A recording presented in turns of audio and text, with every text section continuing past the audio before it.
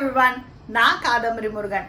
இன்னைக்கு நம்ம பார்க்க போறது பதஞ்சலி யோக சூத்ரா. பதஞ்சலி யோக சூத்ரால சாதன பாதால நம்ம 32nd சூத்ரா வரைக்கும் பார்த்திருக்கோம். அதாவது யமானா என்ன, நியமானா என்ன, அதை எப்படி ஃபாலோ பண்ணோம், எப்படி அதோட இந்த 33வது சூத்ராலையும் 34வது சூத்ராலையும் என்ன பார்க்க போறோம் அப்படின்னா, இப்போ இந்த யமா நியமாவை நம்ம ஃபாலோ பண்ணிட்டே இருக்கோம்.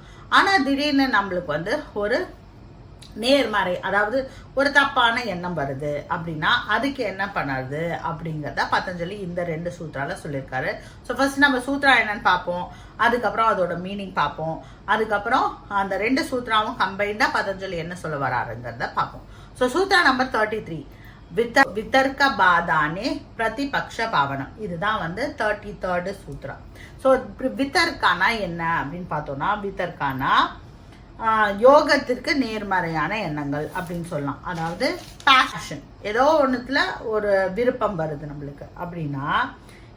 பாதானே அப்படின்னா டிஸ்டர்பன்ஸ், பேஷன் நம்மளை டிஸ்டர்ப் பண்ணுது அப்படின்னு சொல்றாரு. அப்போ என்ன பண்ணணும்னா பிரதிபக்ஷ பாவனம் பண்ணணும் அப்படின்னு சொல்றாரு. பிரதிபக்ஷ பாவனம்னா அப்படியே அதுக்கு ஆப்போசிட்டான விஷயங்களை நம்ம பண்ணணுங்கிறாரு. அப்படிங்கிறது தான் இந்த சூத்ராவோட லிட்ரல் மீனிங். இப்ப 34th சூத்ரா பார்த்துடலாம்.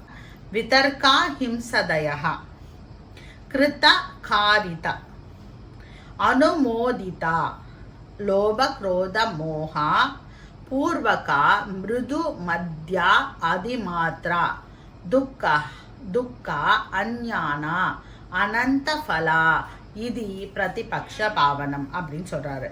ஸோ விதர்க்கா நம்ம ஏற்கனவே பார்த்தோம் இல்லையா, அந்த 33வது சூத்ரால விதர்க்கான யோகத்திற்கு எதிரான எண்ணங்கள்.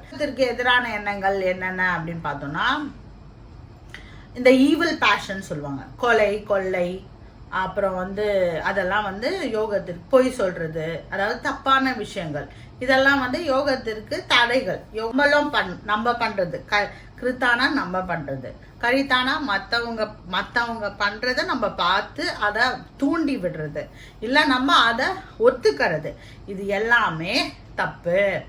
இது இதெல்லாம் எதனால வருதுன்னா கிரீடு, அதாவது லோபானா கிரீடுன்னு சொல்லுவாங்க.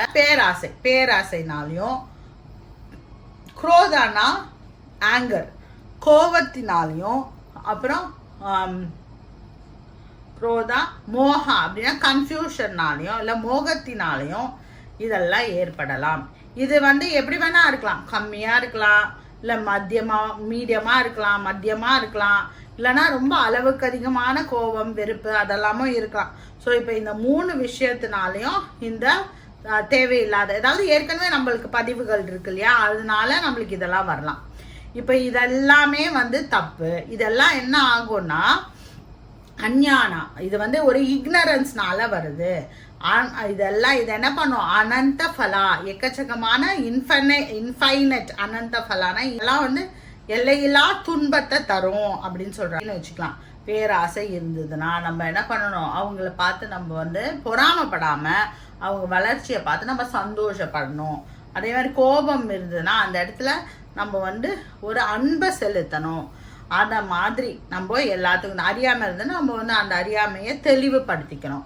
இத மாதிரி நம்ம இதுக்கெல்லாம் ஆப்போசிட்டான விஷயங்களை நம்ம பண்ண ஆரம்பிச்சோம்னா, அதுதான் இதனாலதான் நம்மளுக்கு பெயின் வருதுன்னு நினைச்சு இந்த ஆப்போசிட்டான விஷயங்களை நம்ம பண்ணோம்னா அதுதான் பிரதிபக்ஷ பாவனம் அப்படின்னு இந்த சூத்ரால பதஞ்சலி சொல்றாரு. ஸோ இப்போ இந்த 2 சூத்ராவும் கம்பைன் பண்ணி பார்த்தோம்னா, யமா நியமா பிராக்டிஸ் பண்ணறதுனால நம்மளுக்கு திடீர்னு நம்மளுக்கு இந்த மாதிரியான விஷயங்கள் வந்துச்சுன்னா, நேர்மறை எண்ணங்கள், அதாவது தப்பான பேஷன் வந்துச்சுன்னா டக்குன்னு நம்ம என்ன பண்ணோம்னா உடனே நம்ம ஒரு கோபம் வந்தா ஒரு அன்பை செலுத்துறது, அப்புறம் ஒரு கிரீடு, அதாவது ஒரு பேராசை வந்துதான் அங்க இடத்துல அவங்கள நினைச்சு நம்ம சந்தோஷப்படுறது, அப்படிங்கிற மாதிரி ஆப்போசிட்டான விஷயங்களை பண்ணோம்னா இந்த விஷயங்கள் சரியாகும். அப்ப நம்ம திருப்பியும் யோகத்துல திருப்பியும் சாதாரணமா அதை பழகலாம் அப்படின்னு பதஞ்சலி சொல்றாரு. ஸோ இந்த வீடியோ உங்களுக்கு பிடிச்சிருக்கோன்னு நான் நம்புறேன். இந்த வீடியோ உங்களுக்கு பிடிச்சிருந்தா உங்க ஃப்ரெண்ட்ஸோட இதை ஷேர் பண்ணுங்க.